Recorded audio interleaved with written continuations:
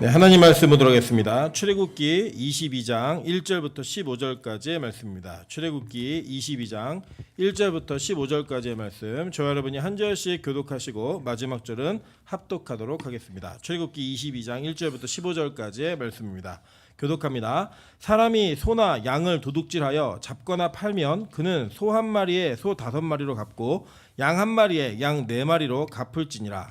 도둑이 뚫고 들어오는 것을 보고 그를 쳐 죽이면 피 흘린 죄가 없으나 해 돋은 후에는 피 흘린 죄가 있으리라. 도둑은 반드시 배상할 것이나 배상할 것이 없으면 그 몸을 팔아 그 도둑질한 것을 배상할 것이요, 도둑질한 것이 살아 그의 손에 있으면 소나 낙이나 양을 막론하고 갑절을 배상할지니라. 사람이 밭에서나 포도원에서 짐승을 먹이다가 자기의 짐승을 놓아 남의 밭에서 먹게 하면 자기 밭에 가장 좋은 것과 자기 포도원에 가장 좋은 것으로 배상할지니라.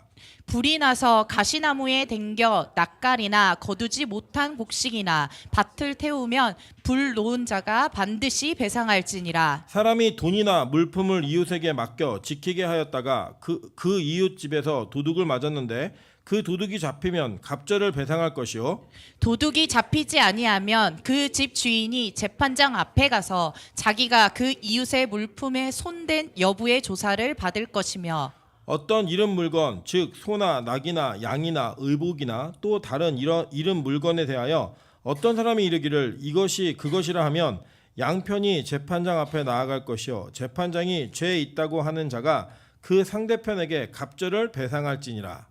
사람이 낙이나 소나 양이나 다른 짐승을 이웃에게 맡겨 지키게 하였다가 죽거나 상하거나 끌려가도 본 사람이 없으면 두 사람 사이에 맡은 자가 이웃의 것에 손을 대지 아니하였다고 여호와께 맹세할 것이요, 그 임자는 그대로 믿을 것이며 그 사람은 배상하지 아니하려니와.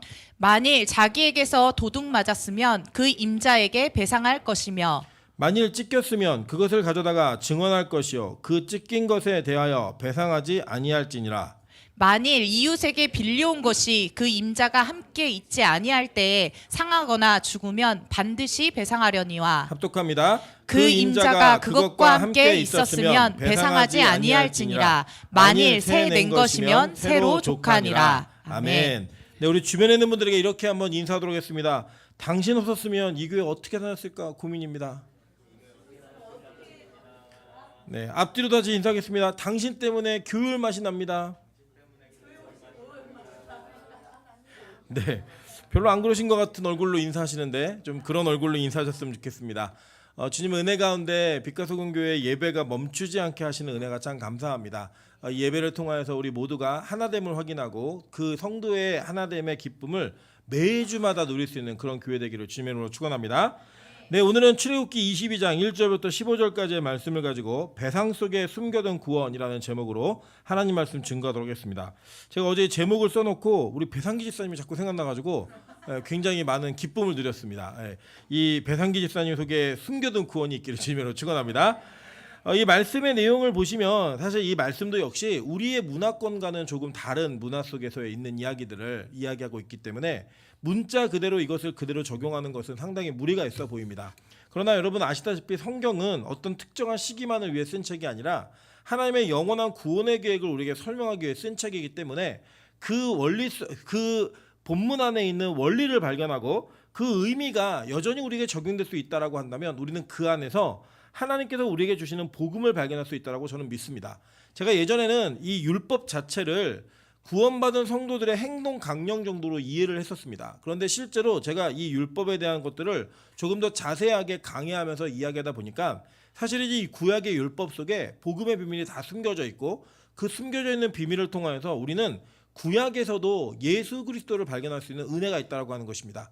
저는 우리 교회가 이것을 발견할 때마다 우리 안에 있는 율법의 그 기준이 저와 여러분을 매번 정죄하고 매번 넘어뜨리고 매번 무너뜨리다 할지라도 그 안에서 하나님께서 숨겨놓은 비밀인 구원의 기쁨과 복음을 발견하시면서 다시 일어날 수 있는 은혜가 있으시기를 주님의 이름으로 축원합니다. 네, 오늘 이 내용들을 먼저 공부하기 전에 다시 한번 배경들을 한번 살피고자 합니다. 물론 다 이해하고 알고 계시겠지만 읽을 때마다 전체 숲을 보는 것은 상당히 중요합니다. 그래야 나무가 가지고 있는 의미를 숲속에서 찾아낼 수 있기 때문입니다.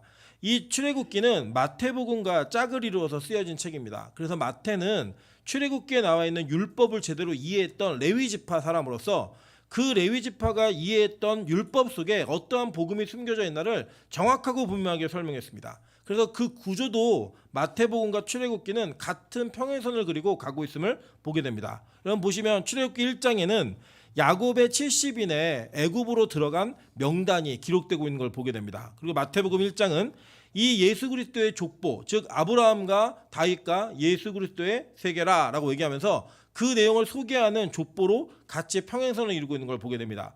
그리고 더 나아가서는 이 야곱을 중심으로 한 70인이 입애굽을 하고 출애굽하는 사건이 기록되어 있는 걸 보게 됩니다. 마찬가지로 마태복음 2장에서는 예수님께서 태어나시고 헤롯의 칼끝을 피하여서 입애굽하셨다가 출애굽하시는 장면으로 2장이 기록되어 있는 걸 보게 됩니다. 그리고 마태복음 3장에서는 이 예수님의 세례 사건이 등장하는데 마찬가지로 출애굽기 14장부터 15장까지는 홍해 사건을 통하여 이 홍해와 세례가 평행선을 이루면서 같은 구조로 기록되어 있는 것을 보게 됩니다. 마찬가지로 이 광야에서의 만나의 떡과 함께 시험 받으신 그 이스라엘 백성들의 모습을 예수님께서는 40일 동안 금식하신 이후에 마귀의 3가지 시험을 통과하시는 장면을 통하여 광야에서의 시험을 통과하시는 예수님의 모습을 통하여 이 이스라엘 백성들이 어떤 시험을 받았고 그들의 실패를 예수께서 어떻게 완성하시는지를 성경으로 우리에게 설명하고 있다고 하는 것입니다. 마찬가지로 이런 맥락 속에서 아주 중요한 출애굽기 19장부터 31장까지 나타나고 있는 이 율법 자체는 그 마태복음 5장부터 7장까지 이야기하고 있는 산상수훈과 평행선을 이루면서 구약의 율법이 신약의 복음으로 어떻게 완성되는가를 우리에게 설명하고 있습니다. 그러면서 여러분 이것이 단지 대칭만을 이루고 있는 것이 아니라 구약에 있는 내용 속에 신약에 있는 그 복음의 내용이 속속들이 숨겨져 있어서 그것들을 한꺼풀 한꺼풀 공부하다 보면 그 안에 진짜 그 복음의 의미를 발견할 수 있기 때문에 저와 여러분은 이 구약과 신약을 병행하여서 보는 훈련을 통하여 우리가 진짜 하나님께서 알게 하고자 하시는 그 참뜻을 성경 속에서 발견할 수 있어야 된다고 하는 것입니다. 그래서 많은 사람들은 구약은 이미 지나간 법이고 이제 더 이상 우리에게 유효하지 않은 법이다라고 얘기하는 사람들도 계시지만 절대 그렇지 않습니다. 구약은 그 구약 자체를 통하여 우리가 복음으로 한 발 더 나아갈 수 있도록 우리의 길을 인도하고 있고 우리의 길라잡이가 되어서 초등 선생으로서의 예전에는 이제 몽학 선생이라고 얘기하죠. 이 몽학 선생으로서의 역할을 충분하게 감당하고 있기 때문에 우리는 구약을 통하여 신약의 그 문을 열어야만 하는, 그래서 그렇게 성경을 깨달아야만 하는 그 축복의 길들을 반드시 가야 한다라고 저는 믿고 있습니다. 오늘도 이 본문을 통하여 그것이 어떤 의미인지 그리고 그것이 어떻게 우리에게 역사하는지를 한번 살펴보고 저와 여러분이 이 배상하는 그 법 속에서 숨겨둔 구원의 진리를 발견하시는 귀한 시간 되시기를 주님으로 축원합니다. 자, 먼저 이것을 성경은 한마디로 요약해서 이렇게 설명하고 있는 걸 보게 됩니다. 마태복음 5장 17절부터 20절 보도록 하겠습니다. 3번입니다. 내가 율법이나 선지자를 폐하러 온 줄로 생각하지 말라. 폐하러 온 것이 아니요 완전하게 하려 함이라. 진실로 너에게 이르노니 천지가 없어지기 전에는 율법의 1.1획도 결코 없어지지 아니하고 다 이루리라. 그러므로 누구든지 이 계명 중에 지극히 작은 것 하나라도 버리고 또 그같이 사람을 가르치는 자는 천국에서 지극히 작다 일컬음을 받을 것이요 누구든지 이를 행하며 가르치는 자는 천국에서 크다 일컬음을 받으리라. 내가 너희에게 이르노니 너희의 의가 서기관과 바리새인보다 더 낫지 못하면 결코 천국에 들어가지 못하리라 라고 얘기합니다. 자, 이 내용을 그냥 표면 그대로 읽으시면 굉장히 어려운 난간에 봉착합니다. 왜냐하면 복음의 대부분의 내용은 이 바리새인들 서기관들의 의를 율법주의라고 얘기하면서 공격하고 있기 때문입니다. 그런데 성경이 말하는 것은 그들의 율법주의를 율법주의로 이겨라 이게 아닙니다. 그들은 율법을 잘못 이해했고 그들의 의를 자신의 의로 생각했기 때문에 성경은 그들을 율법주의자라고 얘기하면서 공격하는 것이지만 이 구약의 율법 자체는 우리로 하여금 의를 이룰 수밖에 없게 만든다라는 거예요. 간단히 설명하면 이런 겁니다. 그냥 구약에는 율법은 여러분이 어떤 수를 써더라도 절대 지킬 수 없는 법입니다. 그런데 그 법이 여전히 우리에게 유효하고 그 유효한 법 때문에 저와 여러분은 그 율법에 의해서 정죄받는 자가 된다는 거예요. 죄가 있다라고 그냥 결정되는 자가 된다라는 거예요. 그래서 하나님께서는 그 율법 속에 복음을 숨겨 놓으시고 그 복음을 발견하는 자들로 하여금 그 우리로 하여금 의에 이르지 못하게 하는 정죄함을 받게 하는 그 율법 속에서 구원을 발견하게 하는 은혜를 경험하게 하신다라는 거예요. 그리고 오늘도 이 본문 안에 있는 이 배상에 대한 법은 참 어렵습니다. 사실 제가 이제 개인적으로 간증을 좀 하자면 이런 내용이 있습니다. 어제 이제 이 출애굽기 설교를 준비하다가 이 배상하는 것들이 쭉 나와 있는 걸 정리를 다 해놨는데 도무지 복음이 보이질 않는 거예요. 이거 어떻게 하나 고민이 되다가 제가 잠도 오고 힘들어갖고 그냥 알람 맞춰놓고 잤습니다. 잤는데 저한테 역사가 벌어졌습니다. 어떤 역사가 벌어졌냐면 제가 꿈에도 설교 준비를 하더라고요. 이게 준비가 안 되니까 계속 본문이 묵상이 되는 거예요. 잠을 잤는지 안 잤는지 모르겠는데 비몽사몽간에 알람이 울림과 동시에 이 안에서 이 본문과 연결되어진 성경의 사건 두 가지를 하나님께서 딱 떠오르게 하시는 거예요. 그게 딱 맞는 순간에 너무 기뻐갖고 잠이 확 달아났습니다. 제가 확 일어났더니 모기가 다리를 5방울 물고 있어가지고 그거 약 바르고 앉아가지고 다시 정리하는데 너무 기쁜 거예요. 너무. 이유는 단 하나. 그냥 이 안에 복음을 발견했다라고 하는 거. 오늘도 우리 성도들에게 전할 내용이 하나님께서 저에게 주셨다라고 하는 거. 그 기쁨을 함께 누리시는 귀한 시간 되셨으면 좋겠습니다. 자, 오늘 여기 보시면요. 이 본문에 있는 내용은 사실 여러분이 경험할 수 있는 내용은 아니에요. 그죠? 뭐 사람들이 뭐 소를 빌린다든지 뭐 도둑이 집에 들어서 쳐 죽였다든지 이런 일은 아주 특수한 사람들에게 일어나는 일이기 때문에 그 내용들을 뭐 각자 개개인에게 삶으로 적용하자면 여러분 대부분이 여러분하고 동떨어진 이야기라 크게 공감하실 수는 없을 거라고 생각합니다. 그럼에도 불구하고 그 내용들을 좀 정리해 보면 이런 내용들이 있습니다. 이게 어렵기 때문에 도표를 그렸는데, 자, 소나 양을 남의 소나 양을 잡거나 팔 경우에는 소는 5마리를 배상해야 되고 그리고 양은 4마리를 배상하면 됩니다. 저는 좀 이게 이해가 안 가더라고요. 그러니까 예를 들면 소도 5마리고 하고 양도 5마리로 하든지 둘 다 4마리로 하든지 왜 소는 사실 더 크잖아요. 우리도 이제 쉽게 얘기하면 여러분이 타고 있는 제네시스를 훔치려는 사람이 걸리면 그거 갖다가 팔았으면 제네시스 5대를 갖다가 갚으라는 거예요. 근데 마티즈를 갖다 판 사람은 마티즈는 4대만 갚으면 된다는 거예요. 이게 왜 그런가 그랬더니 뭐 도둑도 리스크를 안 해야 되나, 큰 걸 훔치다가 걸리면 더 크게 물어야 되고 작은 거 훔치다 보면 작은 거 물어야 되나, 뭐 여러 가지 고민들을 해봤는데 이제 제가 생각했던 이런 것 같아요. 사람이 예를 들어 저한테 양이 있으면 양을 훔치려고 하진 않는 것 같아요. 무슨 말인지 이해되시죠? 그러니까 더 큰 거, 자기가 원래 가지고 있는 것보다 더 좋은 걸 갖기 위해 우리는 도둑질을 합니다. 예를 들면 여러분이 가지고 있는 자산이 뭐 엄청 많은데 그 많은 자산을 가지고 있어서 여러분이 그 자산만큼 더 큰 것을 구하기 위한 리스크를 안는 거지 절대로 그 자산보다 더 작은 것을 위해서 여러분 전체를 걸지는 않아요. 그러니까 아마도 이 소를 훔친 사람, 소를 남의 소를 잡거나 판 사람은 그 사람이 더 많은 유익을 누리기 위해서 더 큰 걸 훔친 거예요. 그러니까 더 많이 물어내라는 거예요. 죄가 더 크기 때문에. 반면에 이 양을 훔친 사람은 그래도 그 상황이 소보다는 작은 거잖아요. 이 작은 걸 훔쳤기 때문에 그만큼 작은 것을 갚아냄으로써 이 도둑질하는 사람들의 개인적인 형편도 좀 고려하는 것 같아요. 우리를 얘기하면 부자들은 더 큰 재물을 바쳤고 이 가난한 사람들은 작은 재물을 바쳤잖아요. 그런 개념으로 성경이 접근한다는 생각이 들었습니다. 그리고 그 뒤에 있는 내용은 무슨 내용이냐면 집에 도둑이 들었는데 밤에 들었으면 그 사람을 죽여도 무죄라는 거예요. 그러니까 밤에는 누가 이게 어떤 의도를 갖고 오는지 모르니까 밤에 집에 도둑이 들었다. 그러면 쳐 죽여도 그 사람 무죄라는 거예요. 그러니까 정당방위의 범주로 보는 겁니다. 반면에 낮에는 이게 보이는 식이고 도움을 요청할 수 있기 때문에 아마 그랬던 것 같아요. 왜냐하면 나중에 우리 보시겠지만 여자하고 남자가 처녀가 강간을 당했다 그랬는데 이 유부녀나 처녀가 강간을 당했을 때 성중에서 당했으면 둘 다 죽이라고 얘기했어요. 이거는 뭐라고 얘기해도 같이 합작한 거라는 거예요. 왜냐하면 성에서 소리 지르면 도움을 얻을 수가 있는데 그거는 소리를 안 질렀기 때문에. 그런데 들판에서 그런 일을 당했으면 남자만 죽이라고 성경은 얘기하고 있습니다. 여기 보면은 이 낮에는 도움을 청해서 이 도둑을 몰아낼 수 있었는데 죽인 거는 분노를 표출한 거예요.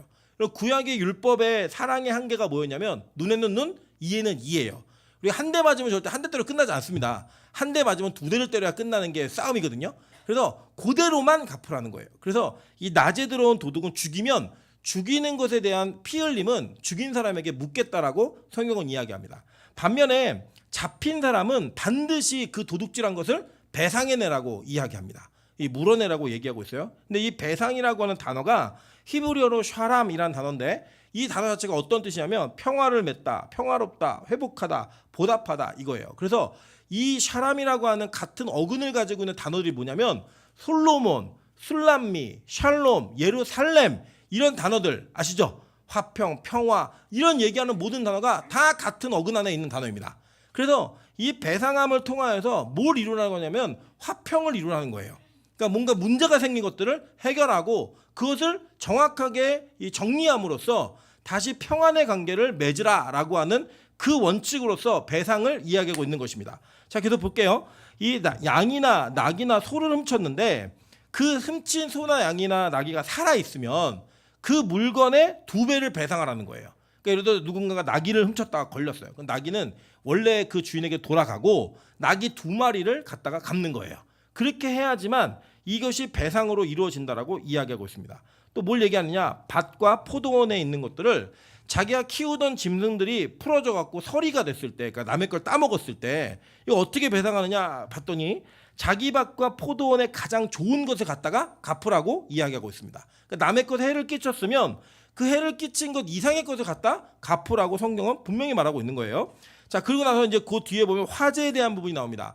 이 당시 뭐냐면 지금도 우리 쥐불놀이 하는 그 시기가 다 추수하고 난 다음에 그 밑둥을 태워가지고 거름 삼는 걸 하잖아요. 아마 이스라엘도 비슷한 문화가 있었던 것 같습니다. 그런데 그것을 할 때 뭐가 있냐면 가시나무가 있는데 이 가시나무에 불이 붙으면 가시나무가 돌돌돌 굴러가갖고 남의 밭에 불을 옮길 수가 있어요. 그렇게 됐을 경우에는 어떻게 하냐면 반드시 그 태운 물건에 대한 태운 그 곡식에 대한 것들을 배상하라고 이야기하고 있는 것들이 여러분 읽으신 내용입니다. 그 뒤에 이제 볼게요. 그 뒤에 내용 뭐냐? 맡긴 물건에 대한 이야기를 합니다. 누군가 부탁을 한 거예요. 이거 물건 좀 맡아줘 이렇게 부탁을 했는데 그것을 분실했다라고 했을 때 그 누군가 훔쳐간 사람 잡으면 그 도둑에게 갑절을 배상하라고 시키라는 거예요. 그 물건에 대해서. 반면에 도둑을 못 잡았으면 조사를 하는데 이것이 재판장 앞에 나가는데 예를 들어 맡긴 물건은 예를 들어 누가 이제 용서해가지고 선풍기 하나 맡긴 거예요. 맡겼는데 이 선풍기가 저는 이제 선풍기 잊어버렸어. 누가 훔쳐갔나 봐. 얘기하면 이제 제가 이제 가가지고 이 없어진 물건에 대한 것들을 이제 무죄라는 걸 증명하기 위해서 그걸 얘기하는데 이 용서이가 제 걸 뒤지다가 발견한 거예요. 이 선풍기를. 그래서 이거 내 건데 이렇게 말하면 재판장 앞에 나가라는 거예요. 나가가지고 이게 진짜 누구 건지를 살피는데 제 거에 이게 스티커가 붙여 있거든요. 제 거다 그러면 무고죄로 2배를 물어내고 진짜 용서일 거면 제가 물어내라는 거예요. 그 재판해야 될 여지가 있다라고 이야기합니다. 자, 그리고 이제 그 맡긴 소나 낙이 양에 대해서는 분실했을 경우에는 이 끌고 간 거를 아무도 못 봤어요. 증인이. 도둑이 끌고 갔네? 이렇게 얘기하면 그 도둑이 가져간 건데 아무도 못 봤다. 그럼 이제 어떻게 하냐면 맹세하라는 거예요. 증인이 없으면 여호와 이름으로 맹세를 하면 무조건 믿으라는 거예요. 하나님의 이름으로 맹세했기 때문에 믿으라는 거예요. 물론 이거 신약에 가면은 아무도 맹세하지 말라고 얘기합니다. 그냥 예수 믿는 자는 예라면 예, 아니면 아니다 라고 얘기하면 그냥 그대로 믿으라고 얘기하지만 구약에서는 여호와 이름으로 맹세를 해서 반드시 이것에 대한 그 결백함을 선언하라고 이야기하고 있습니다. 근데 만약에 이 맡은 자가 이것을 분실했으면 배상하라는 거예요. 그 뭐냐면 관리를 자기네 원어를 보면은 그 뭐라 그러죠? 소 키우는 데가 뭐라 그러죠? 외양간이나 이렇게 그 소를 키우고 있는 그 조그만한 집안에 있는 뭐라 그러죠? 우리 같은 데서 그걸 잃어버렸으면 그걸 배상해 내라는 거예요. 예, 그렇게 얘기하고 있고 또 만약에 일이나 사자가 와가지고 이 낙이나 양을 찢어갖고 죽인 흔적이 있다. 그럼 그거는 배상하지 말라고 얘기합니다. 그건 이제 자연재해로 보는 거예요. 자연재해 정도로 이게 보면서 이야기하고 있는 겁니다. 자, 그리고 난 다음에 이제 맡긴 낙이나 소가 있고 반면에 빌린 게 있잖아요. 나 우리 이번에 밭갈이 좀 해야 되는데 소 좀 빌려줘. 이렇게 소를 빌렸다. 이 빌린 거에 대해서는 만약에 그 소가 죽거나 잃어버렸는데 주인이 함께 없었으면, 그러니까 빌린 사람이 함께 없었으면 관리 소홀로 배상해 내라는 거예요. 예. 그런데 만약에 같이 있었는데 갑자기 소가 죽은 거예요. 갑자기 하더니 죽은 거예요. 소가 퍽 치니까 하고 죽은 거예요. 그러면 이제 그때는 이 세를 내는 것만 내지 그 소에 대해서는 배상의 의무가 없다라고 얘기하는 게 이 전체적인 내용이에요. 그러니까 아마도 성경은 그 광야 생활을 하고 있는 이스라엘 백성들에게 앞으로 너희가 가나안 땅에 들어가면 이러한 일들이 많이 있을 터인데 그 있는 사건 속에서 하나님이 이러한 법칙과 원리를 통하여 너희들에게 이러한 규칙을 세워줄 테니까 요것대로 지켜라고 하는 미래적 적용의 법을 주신 거예요. 그러니까 사실 뭐 이때는 뭐 다 광야 생활하기 때문에 뭐 이게 가지고 있다가 잃어버리고 뭐 이럴 수 있는 가능성도 적고 그냥 빌리는 것도 그게 그 많은 일은 아니에요. 많이 빈번하게 일어나는 일은 아니기 때문에 아마도 이것은 가나안 땅을 놓고 얘기한 법이 아닌가라고 보여집니다. 자, 어쨌든 간에 성경은요, 이 도둑질하는 거 그리고 훔치는 거에 대한 것들을 명백한 범죄함으로 이야기하고 있음을 보게 됩니다. 에베소서 4장 28절 보도록 하겠습니다. 도둑질하는 자는 다시 도둑질하지 말고 돌이켜 가난한 자를 구제할 수 있도록 자기 손으로 수고하여 선한 일을 하라라고 이야기합니다.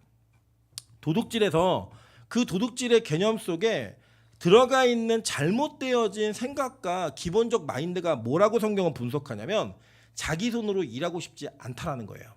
그러니까 남이 일해놓은 것을 그대로 갖다가 얻는 것, 그대로 이렇게 남이 수고해 놓은 것을 자기는 그렇게 수고하지 않고 그 이익을 취하는 것 자체를 도둑질이라고 이야기합니다. 그래서 뭐 지금 우리가 이 사회 속에서 행하고 있는 뭐 저작권법이라든지 표절하는 것 이런 것들 모든 것들이 다 여기에 기반을 두고 있는 거예요. 무언가 남이 수고하고 열심을 해서 자기의 손으로 이뤄놓은 것을 노동을 통해서 이뤄놓은 것을 그냥 입마에 포켓하지 말라는 거예요. 대가 없이. 그리고 뭐라고 얘기하냐? 도둑질하는 사람 다시 도둑질하지 말고 자기 손으로 분명히 일해라라고 이야기합니다.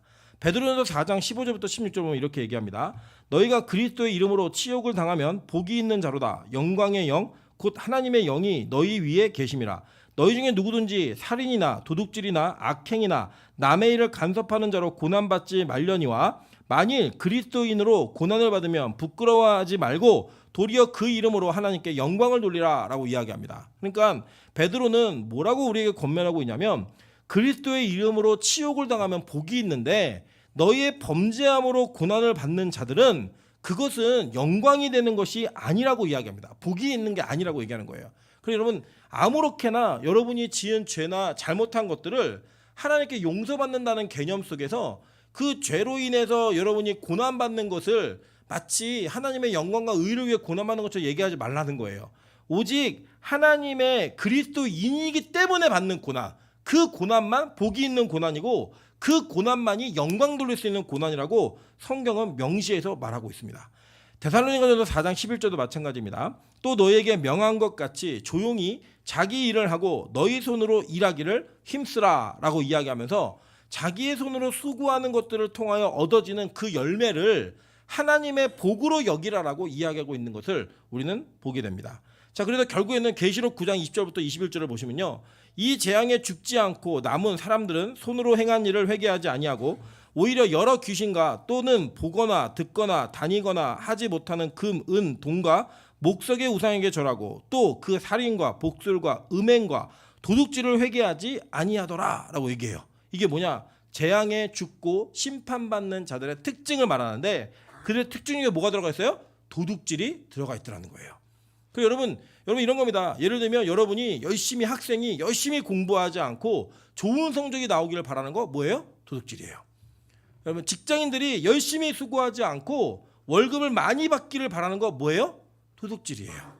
여러분 그 사업하시는 분들이 정당한 대가를 자기가 부리고 있는 사원들에게 지급하지 않으면서 부를 누리고 취하는 거 뭐예요? 도둑질이에요. 이 모든 것들을 성경은 도둑질이라고 이야기하면서 우리에게 그 도둑질로부터 자유함을 얻으라고 권면하는 그 권면 속에 배상을 이야기하는 겁니다. 그 도둑질에 이런 대가가 따라 도둑질을 하면 이렇게 잘못하는 거야 라고 얘기하는 그 도덕 윤리적 관점에서도 같이 공유할 수 있는 그런 내용들이 성경에도 동일하게 기록되어 있더라는 거예요. 자, 그러면서 뭘 얘기하냐면 여기 중간에 보시면 어떤 증인이 없는 사건 속에서 그 사건 속에 휘말려 있는 당사자들에게 뭘 요구하고 있느냐? 정직을 요구하고 있습니다. 그래서 잃어버린 자에게는 자신이 잃어버리지 않고 훔치지 않았다라고 하는 정직함의 고백을 하게 만들었고요. 또 반면에 자기가 잃어버렸다라고 내가 맡긴 걸 잃어버렸다고 하는 것 때문에 그걸 찾기 위해서 남을 무고로 고발을 하면 그 고발한 것에 대한 대가를 치르라고 이야기합니다. 그래서 정직해야 합니다. 성경은 보면 우리에게 이런 정직의 가치를 요구하고 있다는 거예요. 시편 15편 2절부터 3절입니다. 정직하게 행하며 공의를 실천하며 그의 마음에 진실을 말하며 그의 혀로 남을 허물하지 아니하고 그의 이웃에게 악을 행하지 아니하며 그의 이웃을 비방하지 아니하며라고 얘기했어요. 정직하게 행하며 공의를 실천하라고 얘기합니다. 스가랴 8장 16절부터 17절 보겠습니다.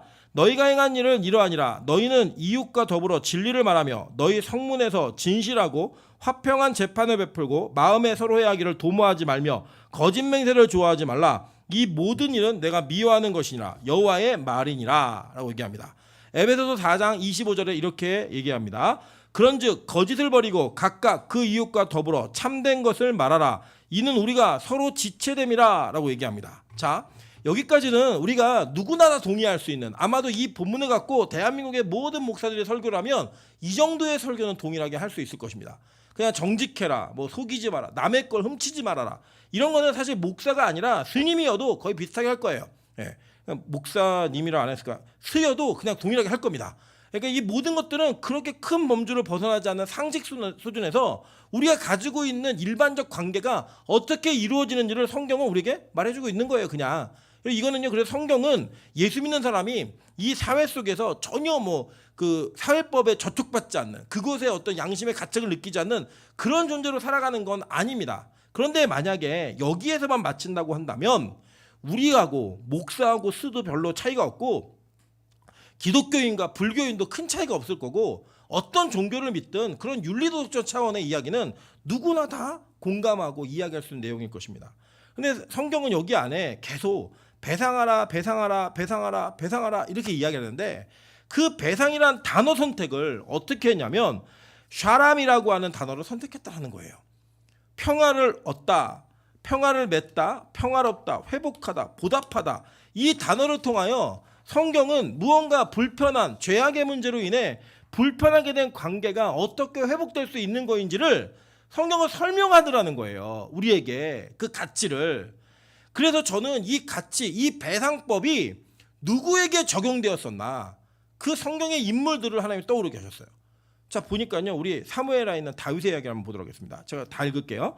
여호와께서 나단을 다윗에게 보내시니 그가 다윗에게 가서 그에게 이르되 한 성읍에 두 사람이 있는데 한 사람은 부하고 한 사람은 가난하니 그 부한 사람은 양과 소가 심이 많으나 가난한 사람은 아무것도 없고 자기가 사서 기르는 작은 암양 새끼 한 마리뿐이라. 그 암양 새끼는 그와 그의 자식과 함께 자라며 그가 먹는 것을 먹으며 그의 잔으로 마시며 그의 품에 누움으로 그에게는 딸처럼 되었거늘 어떤 행인이 그 부자에게 오매 부자가 자기에게 온 행인을 위하여 자기의 양과 소를 아껴 잡지 아니하고 가난한 사람의 양 새끼를 뺏어다가 자기에게 온 사람을 위하여 잡았나이다 하니라고 얘기해요. 자, 지금 이 배상법이 율법에 적용이 되는 거죠. 남의 양을 훔쳐다가 지금 잡았어요. 죽인 거예요. 이 양이 더 이상 없는 거예요. 그랬더니 이 얘기를 들었던 다윗이 뭐 어떻게 분노하나 볼게요. 다윗이 그 사람으로 말미암아 노하여 나단에게 이르되 여호와의 살아계심을 두고 맹세하노니 이 일을 행한 그 사람은 마땅히 죽을 자라. 그가 불쌍히 여기지 아니하고 이런 일을 행하였으니 그 양새끼를 4배나 갚아줘야 하리라 한지라 라고 얘기합니다. 자, 그러니까 지금 다윗은 율법을 모르지 않았어요. 율법에 의하면 이 사람에게는 어떠한 형벌이 주어지게 되냐면, 너 양새끼 남의 거를 뺏어다가 죽였으니까, 잡았으니까 4배로 물어 라고 하는 4배에 대한 율법의 개념을 다윗은 알고 있어요.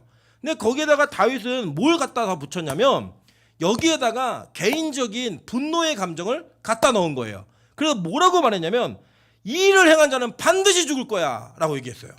율법에 없는 내용이에요. 율법은 배상으로만 끝나지 그것을 그 사람을 죽이는 데까지는 나아가지 않고 있습니다. 그럼에도 불구하고 다윗은 거기에다가 막 그 감정을 실어버린 거예요.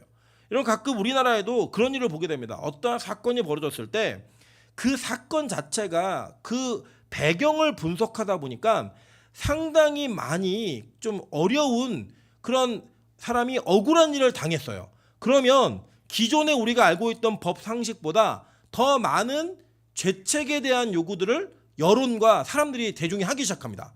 그리고 그게 막 모아져가지고 막 군중이 되어버리면 실제로는 그 사람이 이 법에 의하면 그냥 뭐 한 3년, 4년 받을 거를 7년, 8년, 9년 받기도 해요. 그런 일들이 있죠. 비일비재하게. 그래서 시대 속에서 어떤 사람의 죄는 동일한 죄인데 좀 판결이 굉장히 가볍게 나오는 경우가 있는 반면에 국민적 분노와 공감대가 형성이 돼버리면 그 동일한 죄를 지었음에도 불구하고 그 사람은 어떤 일을 당해요? 더 심한 그 책임을 당하게 되더라는 거예요. 여러분 그런 일이 우리 주변에도 있고 실제 역사 속에 사건 속에 많이 벌어집니다. 많이. 그런 일이 벌어지는 거예요. 다윗이 거기에 뭐 자유롭지 못한 거예요. 뭘 갖다 썼냐면 그래?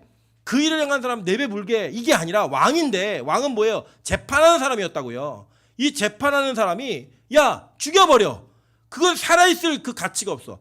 아무리 그래도 그렇지. 그렇게 어려운 사람의 양을 뺏어다가 그렇게 돈 많은 놈이 그걸 뺏어다가 남을 대접해? 죽여버려. 얘기했단 말이에요. 그랬더니 나단이 뭐라고 얘기하느냐. 나단이 다윗에게 이르되 당신이 그 사람이라 얘기하는 거예요. 여러분 우리는요 어떤 것이 있냐면요 이런 게 있습니다. 우리 사람은 자기가 가지고 있는 약점이 남을 통해 드러나게 됐을 때 굉장히 큰 분노를 느껴요. 예를 들면 어떤 거겠냐면 여러분 이게 가정에서도 되게 많이 들어갑니다. 여러분이 가지고 있는 자기 자신의 싫은 부분이 있거든요. 싫은 부분이 있는데 그게 자녀를 통해 그대로 드러날 때 그 분노는요 감히 상상할 수 없는 분노로 막 드러납니다. 예를 들면 저는 굉장히 고집이 센 사람이에요. 반면에 저희 아내는 고집이 별로 없는 사람입니다. 근데 차윤수가 대부분은 엄마를 닮았는데 고집은 아빠를 닮았어요. 왜 그런지 모르겠어요. 그래서 저는 그 아이가 고집을 부리기 시작하면 제가 왜 이러지 할 정도로 화가 막 치밀어 올라요. 네. 그럼 막 그 아이에게 막 분노하는 막 말들을 막 쏟아내고 막 거칠게 아이를 다루는 제 모습을 봅니다. 그래서 저희 아내가 정신 차려 얘기하면 그때서야 아 맞아 얘는 아이고 나는 아빠인데 내가 왜 이렇게 분노했지? 잘 살펴보면 내 안에 있는 내 약점 내가 정말 나를 싫은 그 부분이 아이를 통해 드러날 때 엄청 분노하더라는 거예요.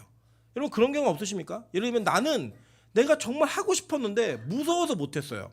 그런데 누군가가 그 일을 행해요.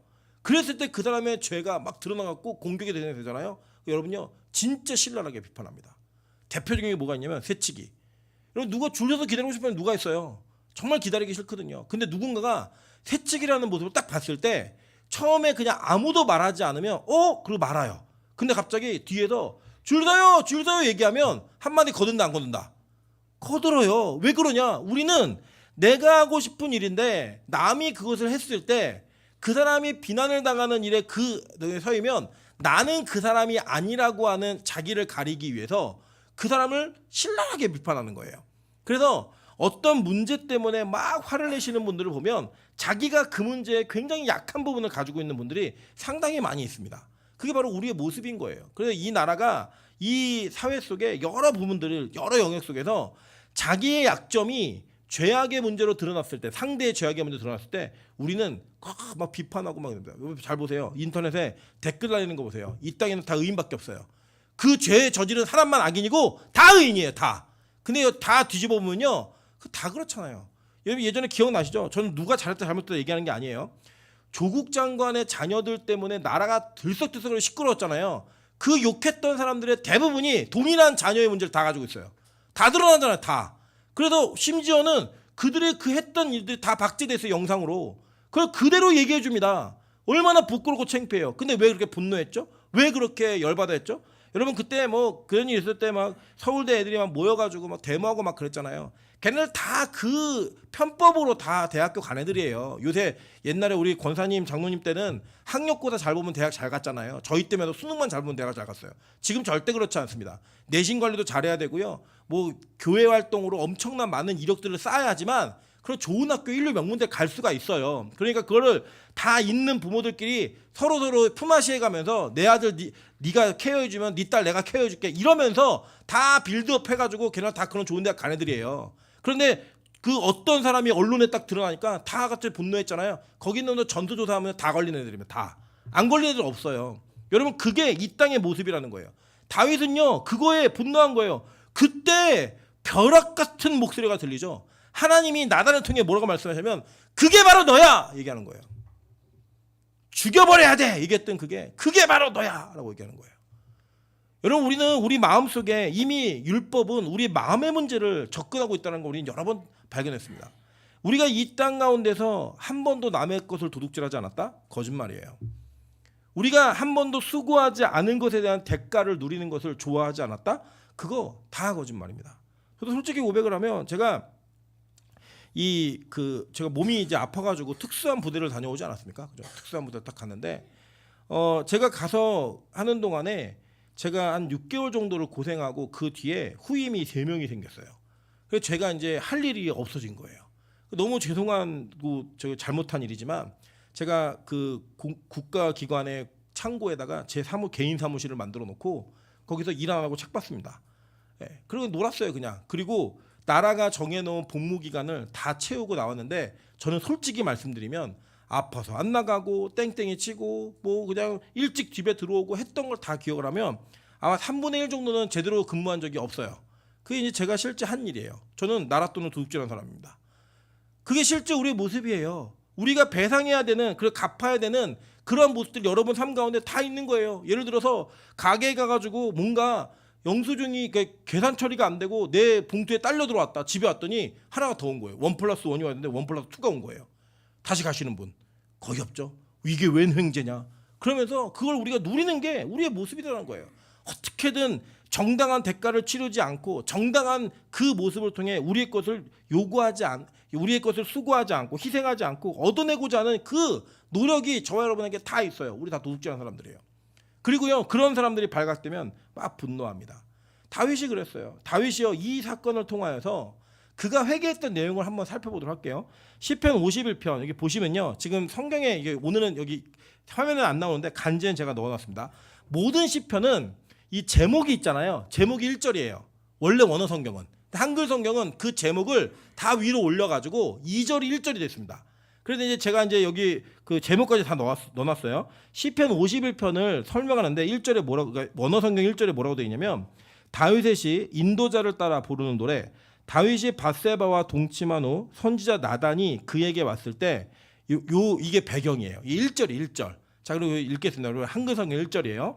하나님이여 주의 인자를 따라 내게 은혜를 베푸시며 주의 많은 긍휼을 따라 내 죄악을 지어주소서. 나의 죄악을 말갛게 씻으시며 나의 죄를 깨끗이 제하소서. 물은 나는 내 죄가를 아오니 내 죄가 항상 내 앞에 있나이다 라고 얘기합니다. 그 다윗은 지금 자신이 저지른 죄의 문제가 하나님께 드러났고 그 드러남을 통하여서 자신이 배상을 해야 되는 그 위치에 가게 되어 있는 거예요. 그래서 하나님은 의도적으로 나단에게 비유를 주신 거예요. 너 이 비유로 다윗에게 얘기해. 가서 얘기할 수 있잖아요. 그냥 다윗 너 밧세바하고 불륜 저질렀지, 간음했지, 너 이거 죄야, 이 얘기할 수 있는데 하나님은 그 다윗의 죄를 지적할 때 나단으로 하여금 이 비유를 통해, 배상의 비유를 통해 이 문제를 접근시키신 거예요.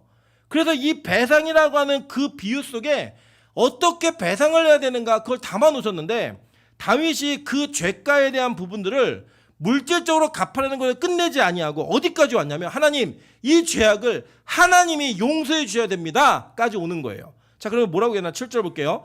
우슬초로 나를 정결하게 하소서 내가 정하리이다. 나의 죄를 씻어주소서 내가 눈보다 희리이다 라고 얘기합니다. 여러분, 우슬초 뭔지 아시죠? 출애굽했을 때 이 우슬초로 어린 양의 피를 발라 문지방에 막 문설주에 바른 거예요. 그러니까 다윗은 자기의 그 죄악의 문제가 예수 그리스도의 십자가의 은혜로만 해결되어질 거라는 걸 알고 있었던 거예요.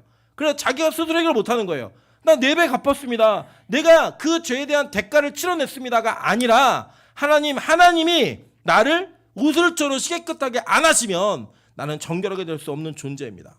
이 얘기를 하는 거예요. 이 고백을 계속 볼게요. 10절부터 13절입니다. 이거 요약적으로 보는 거예요. 하나님이여 내 속에 정한 마음을 창조하시고 내 안에 정직한 영을 새롭게 하소서. 나를 주 앞에서 쫓아내지 마시며 주의 성령을 내게서 거두지 마소서. 주의 구원의 즐거움을 내게 회복시켜 주시고 자원하는 심령을 주사 나를 붙드소서.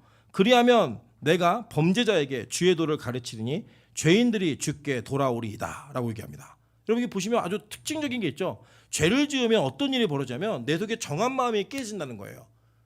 그게 박살나고요. 그 다음에 정직한 영이 더러워지는 영으로 바뀌어진다는 거예요. 그러면서 어떤 일이 벌어지냐 보세요. 주의 성령을 거두지 말라고 얘기하는 이유에 주의 구원의 즐거움이 내게 회복되지 않고 그 죄를 지으면 그 다음에 자원하는 심령을 달라라고 얘기합니다. 뭐예요? 죄를 짓고 하나님과의 관계가 무너져서 무언가 불편함의 문제가 생기잖아요. 그러면 여러분에게 뭐가 사라지느냐? 자원하는 마음이 사라지게 된다는 거예요. 이전에는 예배가 너무 기쁘고 예배가 너무 즐겁고 자원하는 마음으로 예배를 드렸는데 이제는 그 마음이 다 사라지는 거예요. 여러분, 그래서 죄는요, 우리와 하나님과 관계를 완벽하게 무너뜨리는데 그 무너뜨리는 그 여러 가지 요소 가운데 어떤 게 있느냐? 여러분의 자원하는 심령을 무너뜨려 버립니다. 구원의 즐거움을 박살내버려요. 예배가 안 기쁜 거예요. 안 즐거워요. 여러분, 이거는요, 뭐 예배가 이상해, 그게 아니라 누가 이상한 거예요? 내가 이상한 거예요. 하나님과 무언가 해결해야 될 문제가 생겨버리면 우리는 자원하는 심령과 예배하는 기쁨, 구원의 즐거움이 다 사라져서 그것을 이 다윗은 뭐라고 표현하냐면 나를 쫓아내지 마시고 주의 성령을 내게서 거두지 마세요라고 하는 구원의 문제까지 끌고 들어가더라는 거예요. 여러분, 이게 바로 이 배상하려는 사람의 태도인 겁니다. 이 배상 속에는 단지 물건을 갚아내 이것만이 아니라 그 상황을 해결해 이것만이 아니라 그 안에다가 뭘 담아두셨냐? 바로 이 구원이라고 하는 하나님과의 관계성, 하나님과 우리와의 이루어지는 관계성이 무너졌을 때 이거를 해결해야 되는데 그 배상이라는 단어가 뭐라 그랬어요? 샬롬, 그죠? 살람, 이 얘기 있잖아요. 평화를 이루다, 화평하게 되다. 그 문제를 해결하기 위해서는 반드시 이렇게 하나님 앞에 기도하는, 통회하는 심령이 있어야 된다는 거예요. 16절부터 19절 이렇게 얘기합니다. 주께서는 제사를 기뻐하지 아니하시나니 그렇지 아니하면 내가 드렸을 것이라. 주는 번제를 기뻐하지 아니하시나이다. 그러니까 이게 해결되지 않는 상태에서 예배만 드리는 거 아무 의미 없다는 거예요. 그럼 보세요. 하나님이여, 구하시는 제사는 상한 심령이라, 깨어진 마음이라는 거예요. 하나님, 내가 오늘 깨어진 마음 갖고 나왔습니다. 하나님이여, 상하고 통회하는 마음을 주께서 멸시하지 아니하시리이다. 주의 은택으로 시온에서 선을 행하시고 예루살렘 성을 쌓으소서. 그때 주께서 의로운 제사와 번제와 온전한 번제를 기뻐하시리니 그때 그들이 수소를 주의 제단에 드리리이다. 이 마음의 문제가 먼저 해결되어야 하지만 하나님이 받으신다는 거예요. 하나님은요, 이 다윗의 회복과 다윗의 회개를 어디서부터 가져왔느냐? 이 배상의 법으로부터 출발해서 그 배상의 법의 비유로부터 그가 이것을 갚아내게 하시는 그 은혜를 가지고 오신 거예요. 여러분, 이게 바로 신약으로 그대로 넘어옵니다. 한번 볼게요. 신약은 더 명쾌해요. 누가복음 19장 1절부터 10절입니다. 예수께서 여리고로 들어가 지나가시더라. 삭개오라 이름하는 자가 있으니, 이 삭개오라는 이름의 헬라어 뜻은 자카이오스예요. 이게 뭐냐면 의로운 사람이라는 뜻입니다. 그러니까 우리 삭개오가 어떤 사람이 다 아시죠? 그죠? 돈이 많고 사람들이 무서워했지만 멸시하는 세리장이었어요. 근데 그를 성경은 뭐라고 부르냐? 의로운 자라고 이미 부르고 있는 거예요. 이미. 왜요? 해결하실 거니까. 근데 이 사람이 어떤 사람인가 보니까 세리장이요, 또한 부자라. 그가 예수께서 어떠한 사람인가 하여 보고자 하되 키가 작고 사람이 많아 할 수 없어 앞으로 달려가서 보기 위하여 돌 무화과 나무에 올라가니 이는 예수께서 그리로 지나가시게 되미로라. 예수께서 그곳에 이르사 쳐다보시고 이르시되 삭개오야, 속히 내려오라. 내가 오늘 내 집에 유하여야겠다 하시니 급히 내려와 즐거워하며 영접하거늘 무사람이 보고 수군거려 이르되 저가 죄인의 집에 유하러 들어갔도다 하더라.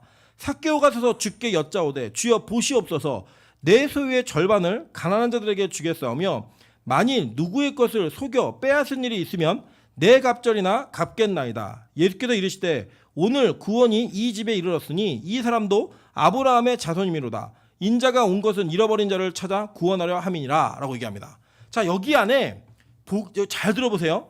여기 안에 지금 이 삭개오는 이 구약의 율법을 모르지 않았을 거예요. 그리고 실제로 이 삭개오가 얘기한 거는요, 자기가 원래 남의 것을 돈으로 속여서 뺏은 일이 있으면요 25%만 더 갚으면 돼요. 더 이렇게 많이 갚을 필요 없어요. 그런데 그는 자기가 그 범한 죄악이 혹시 있으면, 남의 걸 토색한 일이 있으면 지금 이 배상법을 갖다가 대는 거예요. 얘네가 4배나 갚겠다는 거예요. 절반은 가난한 자에게 나눠주고 남은 자산을 가지고 내가 남의 것을 토색한 일이 있으면, 빼앗은 일이 있으면 내가 그거 4배나 갚겠습니다 라고 얘기해요. 원래 4배는 어떤 조건에서 갚는 거냐면 남의 것을 뺏어다가 없애거나 잡으면 그때 갚는 거예요. 그런데 이 삭개오는, 이 의인을 하고 하나님께 인정받은 자는 뭘 얘기하냐면 내가요 원래 율법으로는 25%만 갚으면 되는데 나 배상법으로 이거를 배상해낼게요, 이 얘기를 하는 거예요. 즉 뭐냐, 바리새인과 서기관들의 의보다 더 큰 의가 지금 이 삭개오를 통해 나타나고 있는 거예요. 왜요? 예수를 만나니까. 복음을 경험하니까 그 예수 때문에 그 예수가 죄인의 집에 들어가서 내가 오늘 너희 집에 유하여겠다라고 말한 그 말 한마디 때문에 그는 자기가 원래 지켜야 되는 율법보다 더 높은 그 책벌이 있는 법, 그 배상법으로 들어가서 자기가 가지고 있는 책임을 지는 거예요. 그랬더니 뭐라고 얘기했는지 아세요? 예수님께서 오늘 구원이 이 집에 이르렀으니, 오늘 구원이 이 집에 이르렀으니, 이게요 여러분 복음인 겁니다. 진짜 예수를 만나면 우리는 우리가 가지고 있는 죄책, 양심에 느끼는 일반 사람들이 느끼는 것보다 더 큰 죄책감을 느끼고 그 문제를 해결하기 위해서 자신이 가지고 있는 모든 것들이 다 손해가 난다 할지라도 그걸 갚아내는 자리까지 나아갈 수 있다는 거예요. 누구 때문에? 예수 때문에. 그래서 성경은 이 배상법을 출애굽기에 이야기했지만 그 출애굽기의 배상법이 다윗에게 그리고 삭개오라는 의인에게 적용됨으로 말미암아 죄인을 위해서 이 땅에 오신 그 예수 그리스도의 은혜가 어떻게 그에게 드러나고 그것이 어떻게 그를 통해 발현되는지를 보여주고 있는 거예요. 여러분 우리는 삭개오 아닙니까? 우리는 예수님을 보기 위해, 아니 그분을 만나지 않으면 우리는 키 작은 자로서 우리가 가지고 있는 열등감을 극복하기 위해 남들보다 더 악하고 독하게 살아서 무언가를 이루어내지 않으면 안 된다라고 치열하게 살아온 분들 아니세요? 그러한 분들에게 성경 오늘 얘기하는 거예요. 너희들의 의가 바리새인보다 더 크지 않으면 결단코 천국에 들어갈 수 없느니라. 그러면서 그는 배상법을 크게 지게 되는 거예요. 여러분 성경이요 잠언에서 그 똑같은 단어를 이렇게 쓰고 있습니다. 잠언 16장 7절입니다. 사람의 행위가 여호와를 기쁘시게 하면 그 사람의 원수라도 그와 더불어 화목하게 하시느니라. 이게 히브리어 샬렘이란 단어인데 이게 아까 얘기했던 살람, 배상이란 단어와 동일한 어근을 가지고 있는 단어입니다. 이게 바로 은혜인 거예요. 심지어는요 골로새서 1장 19절과 20절은 이 히브리어 단어가 헬라 단어 번역될 때 똑같은 단어 샬람이란 똑같은 단어가 그대로 쓰여져요. 그게 무슨 단어냐? 그는 무슨 내용이냐 한번 보도록 할게요. 아버지께서는 모든 십충만으로 예수 안에 거하게 하시고 그의 십자가의 피로 화평을 이루사. 이게 헬라어 에이레노 포이에오라는 단어예요. 화평케 하다, 화합을 이루다, 적대 관계를 끝내다, 갚아내다 이런 뜻이에요. 뭐예요? 예수께서 그 십자가의 피로 화평을 이루셨다는 거예요. 배상하셨다는 거예요. 배상. 그 배상을 하심으로 말미암아 만물 곧 땅에 있는 것들이나 하늘에 있는 것들이나 그로 말미암아 자기와 화목하게 되기를. 이게 뭐예요? 화목하다라는 단어가 아포카탈라소라는 단어인데 완전히 화해시키다, 다시 화해시키다, 조화로운 이전 상태로 돌리다. 이게 뭐예요? 안식이잖아요. 원래 상태로 돌아가는 거. 그거를 이루시게 하기 위해 이 땅에 그 피를 흘리셨다는 거예요. 즉 뭐예요? 그 배상법에 맞추어서 예수님께서는 이 땅에 오셔서 자기의 피를 흘림으로 말미암아 하나님과 우리 사이에 갚아야 될 배상의 문제를 다 해결하셨다는 거예요. 다. 그게 바로 배상법에서 나오는 복음이에요. 이 법을 따라 예수님이 십자가에서 피를 흘리시고 그 보혈의 능력으로 저와 여러분을 예수 그리스도 화평에 만드신 거예요. 보세요. 그래서 화목하게 되기를 기뻐하심이라. 전에 악한 행실로 멀리 떠나 마음으로 원수가 되었던 너희를 이제는 그의 육체의 죽음으로 말미암아 화목하게 하사 너희를 거룩하고 흠없고 책망할 것이 없는 자로 그 앞에 세우고자 하셨으니. 아멘. 그 예수의 희생과 예수의 죽음과 그 보혈로 말미암아 우리의 의가 서기관들과 바리새인보다 더 큰 의를 소유하게 됐다라는 거예요. 흠없는 자로. 여러분 말도 안 되는 사건이 벌어진 거예요. 말도 안 되는 사건이. 이 배상법을 예수님께서 자기의 삶으로 옮겨오셔서 그 배상법을 갚아내신 그 내용이 뭐냐? 십자가로 그 보혈로 그 대가를 치러내셨다는 거예요. 그게 바로 여러분 십자가의 사랑이고요. 구약 출애굽기 22장 1절부터 15절까지 숨겨져 있는 배상법에 숨겨져 있는 구원입니다. 그 복음이 여기 숨겨져 있는 거예요. 오늘 저와 여러분이 도둑질한 사람들 아니에요. 우리 아예 아담과 하와가 자기 것이 아닌 선악과를 도둑질한 인간들입니다. 그 도둑질한 그 결과로 인해 우리 모두에게 그 죄책이 계속 내려오고 있고 그 죄책 때문에 저와 여러분이 실제로 눈으로 마음으로 생각으로 남의 것들을 도둑질했고 내가 노력하지 않는 수고로 모든 것을 얻고자 했던 우리의 마음들이 수없이 많이 있었잖아요. 여러분 참 놀라운 사실이 뭔지 아세요? 성경은요 부동산을 통해서 부를 갖는 것을 금지했습니다. 땅을 사고 팔지 못하게 했어요. 그런데요 교회와 성도들이 부동산을 사가지고 얼마가 올랐고 얼마가 되었다 이것을 축복으로만 생각하더라는 거예요. 그렇게 하는 걸요 죄라고 여기지 않아요. 그렇게 하는 것을 잘못했다고 아무도 얘기하지 않아요. 누구도 비난할 수 없는 가치가 되어버린 거예요. 물론 저는 그 모든 게 다 잘못됐다고 얘기하는 거 아니에요. 적어도 우리가 어느 정도의 수준에서는 왜 이 땅에 이 하나님의 땅을 사람들이 나누어 가지면서 그것이 있는 자 없는 자가 이 땅에서 이렇게 급격한 양극화 현상에 빈부차를 누리며 살아야 되는가 한 번쯤은 고민해 보시라는 거예요. 내가 집주인이면 얼마나 많은 월세를 받아서 없는 사람들의 마음을 힘들게 했을지도 모른다라는 그런 생각을 해보시라는 거예요. 근데 우리는 그런 도둑질로 생각 안 해요. 하나님이 하지 말라고 했던 거는 전혀 도둑질로 생각하지 않아요. 다만 전통에 매여서 내 세계관에 매여서 새로운 것들이 다가오면 그것만 잘못됐다고 얘기해요. 여러분 누누이 말씀드리지만요. 불편한 건 틀린 게 아니에요. 불편한 건 내가 익숙하지 않아서 그래요. 여러분 한국교회 진짜 그랬잖아요. 교회가 땅 사고 땅값이 오르고 교회값이 오르면 그 안에 복 줬다고 얘기했어요. 그게 있으면 성도들이 헌금도 제대로 안 했어요. 우리 교회 부자니까. 실제로 그런 교회도 있어요. 제가 교회 이름도 말씀드릴 수 있어요. 교회 자산이 2조예요. 그러니까요 그 교회는요 헌금도 뭐 얘기도 하지 않지만 헌신도 안 하고요. 교회 장로님들 그냥 장로님 되면은 활동비로 1년에 4천만 원씩 줘요. 청년들이 그냥 봉사 조그만 거 하나만 해도 등록금 다 대줘요. 그런데 그 교회가 부흥하는 줄 아세요? 아니에요. 그 교회 지금 계속 줄어갖고 5분의 1 토막 났어. 5분의 1 토막. 그래도 걱정 없어요. 그래도 기도 안 해요. 왠지 아세요? 자산이 2조가 있으니까. 그게 교회의 모습일까요? 성경은 그렇게 얘기하지 않아요. 근데 우리는 그거를 부러워한다니까요. 그거를 전혀 이상하게 생각하지 않아요. 왜요? 배상법에 도둑질하는 게 뭔지 모르니까. 내가 도둑질을 해놓고도 그게 도둑질을 한 건지 전혀 생각이 없으니까. 여러분 그게 우리의 모습이에요. 실제 그랬던 저와 여러분은 우리 그 얘기 듣잖아요. 그럼 뭐라고 하냐? 죽여야 돼 이렇게 얘기한다고요. 그런데 한번 생각해 보세요. 우리 교회 예를 들어 이 건물 요 공간이 갑자기 여기 재개발 소식이 들어왔고 5배 10배가 됐다고 생각해 보세요. 우리 뭐라고 그러겠어요? 하나님이 우리 교회를 축복하셨어 이렇게 얘기 안 할까요? 우리는 거기에 자유롭나요? 여러분이 소유하고 있는 집값이 막 2배, 3배, 6배, 7배 막 올라가면 여러분 하나님께 감사하다라는 표현을 안 하실 것 같아요? 하시겠죠. 이렇게 하면 안 됩니다. 이렇게 하면 우리 후대들 다 망합니다. 이런 생각 우리 하지 않아요. 그냥 내 것만 내게 내가 수고하지 않는 소득을 거둘 수만 있다면 그게 너무나 기쁘고 즐겁고 행복한 일로 여러분에게 다가갈 거예요. 성경은요 그거 다 도둑질이라고 얘기하는 거예요. 뭐라고 했냐? 배상하라는 거예요. 배상. 그런데 이게 인간이 할 수 있다고 생각하세요? 삭개오가 인간의 힘으로 했으면 진작에 했겠죠. 삭개오가 인간의 힘으로 했으면 정말 그 이전부터 했겠죠. 근데요 그는요 절대 하지 못했어요. 그는 부자였어요. 다 모은 거예요. 다 쥐고 있었던 거예요.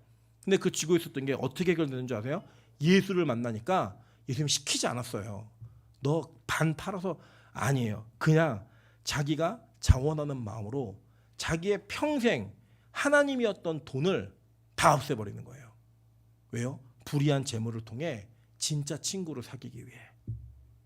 그게 배상의 가치를 아는 사람의 모습이었다니까요. 그게 배상의 가치를 아는 자의 모습이었어요. 다윗이요 이 사건으로 인해서 수없이 많은 고난과 고통을 당합니다. 그 어려움에 가지고 막 아들의 칼에 쫓기고 아들이 백주 대낮에 자기 부인과 동침하고 이런 일이 있을 때마다 다윗이 어떻게 했는 줄 아세요? 하나님 어떻게 이래요? 그게 아니고요. 다윗은 하나님 주의 국률을 따라 내 죄악을 씻어주세요 라는 고백으로 그는 배상하는 마음으로 하나님의 처분에 순종하며 따라가요. 뭐 죄의 대가가 있느냐 없느냐 이런 얘기로 저는 얘기하자는 게 아니라 그가 그 위에 보인 행동은 여전히 하나님의 은혜만을 붙들고 그게 아니면 살 수 없다라고 고백하는 그 삶으로 나가더라는 거예요. 왜요? 배상의 가치가 뭔지를 알았기 때문에. 저는 우리가 그런 삶을 살기를 소망합니다. 그렇게 하나님이 저와 여러분을 세우시는 은혜를 경험하기를 소망합니다. 우리 빛가서군 교회는 하나님께서 주신 은혜를 경험한 교회입니다. 이미. 그리고 지금도 경험하고 있는 교회입니다. 그렇기 때문에 이 교회가 가지고 있는 그 하나님의 은혜는 끊어져서는 안 됩니다. 제가 확신할 수 있는 건 단 하나예요. 여러분 이거예요. 아예 은혜를 몰랐던 교회는 은혜가 계속 오지 않아도 전혀 문제가 되지 않아요. 근데 하나님의 은혜를 경험한 교회는 그 은혜가 끊어지면 교회는 반드시 무너집니다. 제가 여러 번 봤습니다. 진짜 여러 번 봤습니다. 그냥 은혜를 몰랐던 교회는 괜찮아요. 그냥 그대로 가는 거예요. 근데요, 은혜를 경험한 교회는, 은혜를 경험한 사람은 그 은혜가 끊어지면 인생이 무너져요. 인생이 망가져요. 여러분, 지금부터 우리가 그 은혜가 끊어지지 않기 위해서 몸부림을 쳐야 됩니다. 은혜는 하나님이 주시는 거지만 은혜 받을 사람에게는 은혜 받을 만한 행동을 하나님이 부어 넣어 주세요. 그래서 여러분, 너무 죄송한 표현이지만 여러분의 열심이 아니라 하나님의 은혜를 갈망하는 마음으로 더 기도하세요. 더 예배드리세요. 더 헌신하세요. 더 배상하세요. 예수님이 여러분을 위해 하신 것처럼. 그래서 그분과의 화평의 관계를 이루어 가십시오. 그래야지만 우리가 살 수 있습니다. 하나님, 그래서 내 안에 하나님께서 주시는 구원의 기쁨과 정직한 영이 회복되어지는 은혜를 통해서 하나님, 진짜 배상을 치루어낸 자가 어떠한 자유함을 누리는지, 어떠한 기쁨을 누리는지, 어떠한 영원한 생명을 누리는지 같이 고백하며 간증할 수 있는 저 여러분 되시기를 주님의 이름으로 축원합니다. 시간 같지만 찬양으로 기도하며 나아가도록 하겠습니다. 우리 하나님이시여 나의 모든 죄를 도말하소서. 이